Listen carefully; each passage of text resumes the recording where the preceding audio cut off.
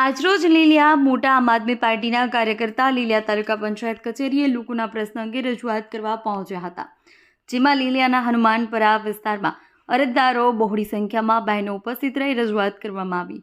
તાલુકા વિકાસ અધિકારીને તેઓના વિસ્તારની અંદર પુલ બનાવવા અંગેની રજૂઆત કરવામાં આવી। તેઓને વિસ્તારમાંથી બહાર નીકળવા માટે વચ્ચે એક નેર આવે છે, તે કારણે ત્યાં વાહનો પણ ચાલી શકતા નથી। દવાખાનાનો પ્રશ્ન હોય કે માર્કેટ જવાનો પ્રશ્ન હોય, અત્યંત તકલીફ વેઠવી પડે છે। ઇમરજન્સી દવાખાનું હોય કે 108ને પણ આવવામાં મુશ્કેલી પડે છે, સામા કાંઠે લઈ જવા પડે છે પેશન્ટને। તો આ ગંભીર પ્રશ્નની રજૂઆત કરવા તાલુકા વિકાસ અધિકારીને રજૂઆત કરવામાં આવી। ત્યાં પુલ બનાવે, જેથી કરી સામેના હનુમાનપરા વિસ્તારવાળા લોકોને અવરજવરમાં હાલ જે અત્યારે તકલીફની મુશ્કેલીઓ પડે છે તે વેઠવી ન પડે। ત્યારે આ રજૂઆતને ધ્યાનમાં સાંભળીને તાલુકા વિકાસ અધિકારી કિશોરભાઈ આચાર્ય દ્વારા એવું જણાવાયું છે કે બપોરના 3 વાગ્યાની આસપાસ તેઓ સ્થળની મુલાકાત લેશે। ઉપલા લેવલે જ્યાં રજૂઆત કરવાની હશે ત્યાં તેઓ જાતે રજૂઆત કરશે।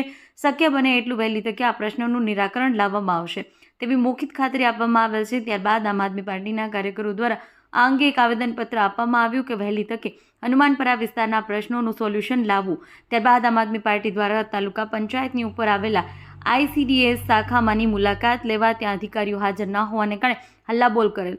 બાદમાં ICDS શાખાના CDPO મીનાક્ષીબેન કે જેઓ પાસેથી જાણવા મળેલ કે તેઓ અન્ય ગામોની વિઝિટમાં હોય, જેથી બહાર જોવામાં ન મળતા તેઓએ ખુલાસો કરેલ છે।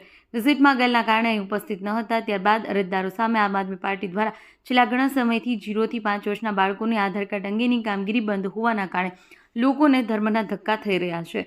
એ અંગે પણ રજૂઆત કરવામાં આવી અને એમનું વહેલી તકે નિરાકરણ આવશે એવું ICDS શાખાના CDPO મીનાક્ષીબેન દ્વારા જણાવવામાં આવેલ છે।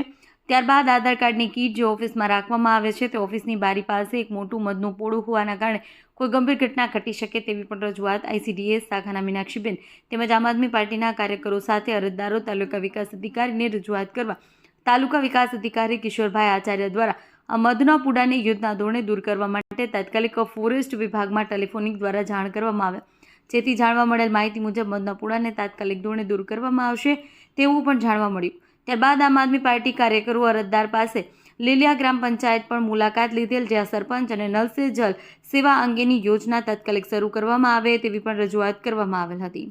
રિપોર્ટર અનિલભાઈ વાડા, લીલિયા મોટા। વિજયભાઈ, આજે તમે લીલિયા તાલુકા પંચાયતની મુલાકાત લીધી કચેરીઓની અરજદારો સાથે, શું રજૂઆતો લઈને આવ્યા હતા?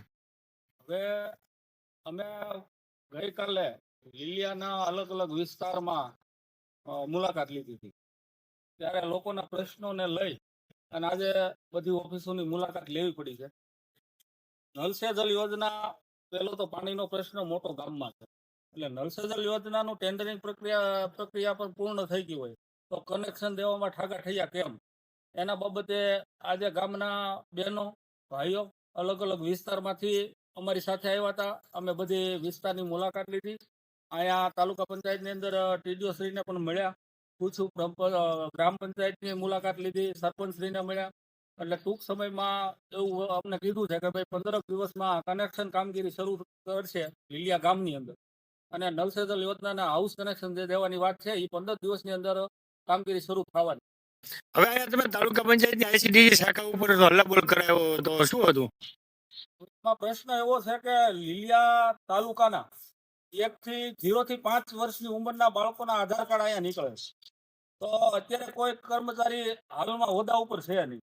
લોકો ધક્કા ખાય છે, દૂર દૂરના ગામડા અંતરિયાળ ગામ હોય લીલિયા તાલુકાના તો 30 કિલોમીટર જેવા ગામ થતા હોય, 20 કિલોમીટર થતા હોય, એ લોકો અહીંયા આવે 5 વર્ષનું બાળક લઈ, તો અહીંયા કાં તો સર્વર ડાઉન હોય છે, કાં તો કર્મચારી નથી હોતા। એટલે અમારી રજૂઆત એવી હતી કે ભાઈ અહીંયા કાયમી ધોરણે કર્મચારી નિમો અને વ્યવસ્થિત રીતે કામગીરી થાય એના માટેના પ્રયત્નો કરાવ્યા।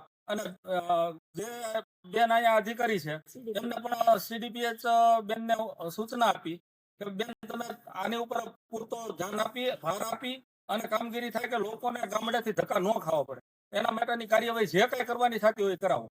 હનુમાનપરા વિસ્તારનો જે પાણી અંગેનો કે પુલ અંગેનો કંઈક તમે રજૂઆત પ્રશ્ન છે, શું જવાબ મળ્યો તમને? લીલિયા ગામની અંદર હનુમાનપરા વિસ્તારમાં કાલે અમે ડોર ટુ ડોર પ્રચારમાં ગયા હતા, ત્યાંની સ્થિતિ જોઈ અને ત્યાંના લોકો અમારી સાથે પણ આજે આવ્યા હતા, બહેનો તથા ભાઈઓ। સાહેબ શ્રીને અમે રજૂઆત કરી છે કે 2 કોચ ત્યાં તાત્કાલિક ધોરણે મંજૂર કરવા પડે એમ છે, ત્યાં 108 એમ્બ્યુલન્સ આવે તો પણ અંદર નથી જતી, અથવા તો કોઈનું મરણ થઈ ગયું હોય અને એ લઈને બહાર નીકળવું હોય તો એ ગંદકીમાંથી નીકળી શકે એવી કોઈ સ્થિતિ અત્યારે છે નહીં. એ વિસ્તારની સ્થિતિ બહુ ભયંકર છે. ગંદકી, ગટર અને આ મોટો પ્રશ્ન રસ્તાનો છે કે રસ્તાની અંદર જો બે કોઝવે બને તો અવર જવર માટેનો વિસ્તાર ત્યાંથી રસ્તો ક્લિયર થઈ શકે. એટલે તાલુકા પંચાયતે અમે રજૂઆત કરી છે અને અમને ખાતરી આપવામાં આવ્યું છે કે બે કોઝવે તાત્કાલિક ધોરણે અમે આવતી મિટિંગમાં લઈ અને મંજૂર કરાવી પડશે. અને આજે હનુમાનપુરા વિસ્તારના બૈરાઓ અહીંયા આવ્યા હતા રજૂઆત લઈને. શું રજૂઆત હતી અને શું તમે એમને આશ્વાસન આપ્યું કે શું કામગીરી અંગે તમે વાત કરી, જણાવો.